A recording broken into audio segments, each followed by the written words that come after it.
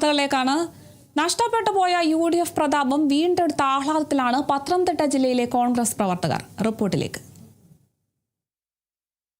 സംസ്ഥാനത്ത് വീശിയടിച്ച UDF കൊടുങ്കാറ്റിൽ LDFന്റെ കോട്ടക്കൊത്തളങ്ങളാണ് ചവിട്ടുകൊട്ടാരം പോലെ തകർന്നടിഞ്ഞത്.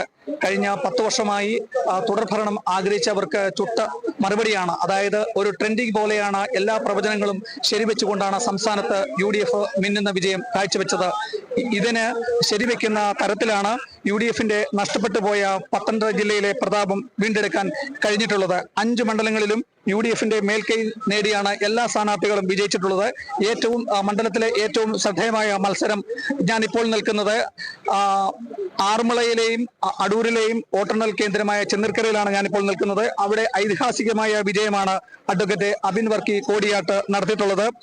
Youth കോൺഗ്രസിന്റെ ദേശീയ ജനറൽ സെക്രട്ടറി കൂടിയായിട്ടുള്ള അഡ്വക്കേറ്റ് അബിൻ വർക്കി കഴിഞ്ഞ 10 തവണ മണ്ഡലത്തിലെ MLA കൂടിയായ ആരോഗ്യവകുപ്പ് മന്ത്രി വീണ ജോർജിനെ നിലംപരിശാക്കിക്കൊണ്ടാണ് ഏകദേശം 70,000 വോട്ടിന്റെ ലീഡോടുകൂടി അഡ്വക്കേറ്റ് അബിൻ വർക്കി തന്റെ കന്നി അംഗത്തിൽ ആറന്മുളയിൽ വിജയിച്ചു വന്നിട്ടുള്ളത്. ഇതിനോടൊപ്പം തന്നെയാണ് അടൂരിൽ പാർട്ടിയുടെ സംവരണ മണ്ഡലമായ അടൂരിൽ മിന്നുന്ന വിജയമാണ് അഡ്വക്കേറ്റ് CV ശാന്തകുമാർ കാഴ്ചവെച്ചിട്ടുള്ളത്.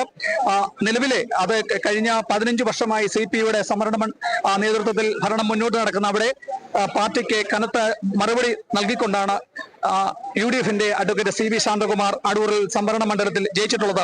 നമുക്ക് ഇതിനോടൊപ്പം തന്നെ തിരുവല്ലയിൽ കഴിഞ്ഞ 20-25 വർഷവും MLA ആയും മന്ത്രിയായും വിജയിച്ചിട്ടുള്ള അഡ്വക്കേറ്റ് മാത്യു ടി തോമസിനെ നിലംപരിശാക്കിക്കൊണ്ടാണ് UDFന്റെ ജോസഫ് വിഭാഗത്തിന്റെ പത്തനംതിട്ട ജില്ലാ പ്രസിഡന്റ് കൂടിയും UDFന്റെ കൺവീനർ കൂടിയായിട്ടുള്ള അഡ്വക്കേറ്റ് വർഗീസ് ബാബൻ മികച്ച വിജയം ഏകദേശം 5000 വോട്ടുകൾക്കിന്റെ ഭൂരിപക്ഷത്തിലാണ് അഡ്വക്കേറ്റ് വർഗീസ് ബാബൻ UDFന്റെ ഘടകകക്ഷിയായിട്ടുള്ള ജോസഫ് ഗ്രൂപ്പിന്റെ മിന്നുന്ന വിജയം നേടിയിട്ടുള്ളത്. ഇതിനോടൊപ്പം തന്നെ കേരള കോൺഗ്രസ് മാണി വിഭാഗത്തിലെ സ്ഥാനാർത്ഥിയായ അഡ്വക്കേറ്റ് പ്രമോദ് നാരായണനെ നിലംപരിശാക്കിക്കൊണ്ടാണ് KPCCയുടെ ജനറൽ സെക്രട്ടറി കൂടിയായിട്ടുള്ള പഴകുളം മധു റാന്നിയിൽ മിന്നുന്ന വിജയം നേടിയിട്ടുള്ളത്. അവിടെ ഏകദേശം 5000-നും 6000-നും വോട്ടിനാണ് അഡ്വക്കേറ്റ് പഴകുളം മധു റാന്നിയിൽ വിജയിച്ചിട്ടുള്ളത്. ഇതിനോടൊപ്പം തന്നെ നമുക്ക് ഇഞ്ചോടിഞ്ച് പോരാട്ടം നടക്കുന്നത് കോന്നിയിലാണ്.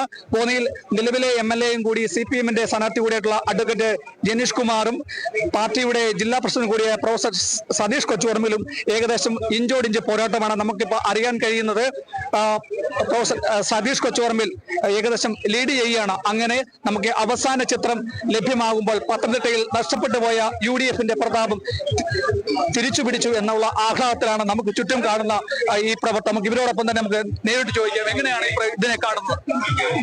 ഇത് കേരളത്തിലെ ദുർഭരണത്തിനെതിരെയുള്ള ഒരു പ്രതികരണമാണിത്.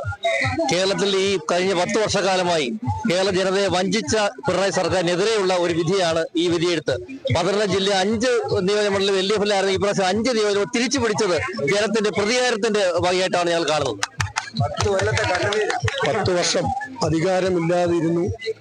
അത് അവരുടെ ഗുണ്ടായുസം, LDFന്റെ ഗുണ്ടായുസവും കാര്യങ്ങളും ഒക്കെ ആയിട്ട് ഇവിടുത്തെ ജനത, കോൺഗ്രസ്സുകാർ മാത്രമല്ല ഇവിടുത്തെ സാധാരണപ്പെട്ട ജനങ്ങൾ, ആ സാധാരണക്കാരായിട്ടുള്ള ജനങ്ങളുടെ വിധിയെഴുത്താണ് ഈ തെരഞ്ഞെടുപ്പിൽ കാണുന്നത്. പിണറായി പോലും ആദ്യഘട്ടത്തില് വളരെ പുറകോട്ട് പോയി. ആ പുറകോട്ട് പോകാനുള്ള കാരണം കോൺഗ്രസ്സുകാർ മാത്രമല്ല, ഇവിടുത്തെ ജനങ്ങൾ ഈ ഗവൺമെന്റിനെ വെറുത്തു. ആ വെറുപ്പ് കാരണമാണ് ഈ അത്യുജ്വലമായ വിജയം കോൺഗ്രസ് നേടിയെടുക്കാൻ കഴിഞ്ഞത്. ഇന്ത്യൻ നാഷണൽ കോൺഗ്രസിന്റെ മാത്രമല്ല, കേരളത്തിലെ മുഴുവൻ ജനതയുടെ വിജയം കൂടിയാണ്. കഴിഞ്ഞ 10 വർഷക്കാലം ഈ സർക്കാരിനെതിരെയുള്ള വിധിയെഴുത്ത് കൂടിയാണ് ഈ തെരഞ്ഞെടുപ്പ് എന്ന് ജനങ്ങൾ മനസ്സിലാക്കുന്നത്. MG കണ്ണന്റെ ദ്രോഹിച്ചതിന് ഭാഗമായിട്ടാണ് ഈ ശാന്തകുമാർ വിജയിച്ചത്. LDF അത്രയും വലിയ ദ്രോഹം നടത്തിയത്. അങ്ങനെ നമുക്ക് ചുറ്റും കൂടി നിൽക്കുന്ന കോൺഗ്രസ് പ്രവർത്തകർ ഏകളെ ആഹ്ലാദത്തിലാണ്. അവർ LDFന്റെ കഴിഞ്ഞ കാലത്തെ ഭരണത്തിന്റെ എതിരായിട്ട് ജനങ്ങളുടെ വിധിയെടുത്താണ് അവര് പറയുന്നത്. കേരള വിഷൻ ന്യൂസിന് വേണ്ടി ക്യാമറാമാൻ പ്രദീപ് അങ്ങാടിക്കൊപ്പം പ്രസാദം ജെ, പത്തനംതിട്ട.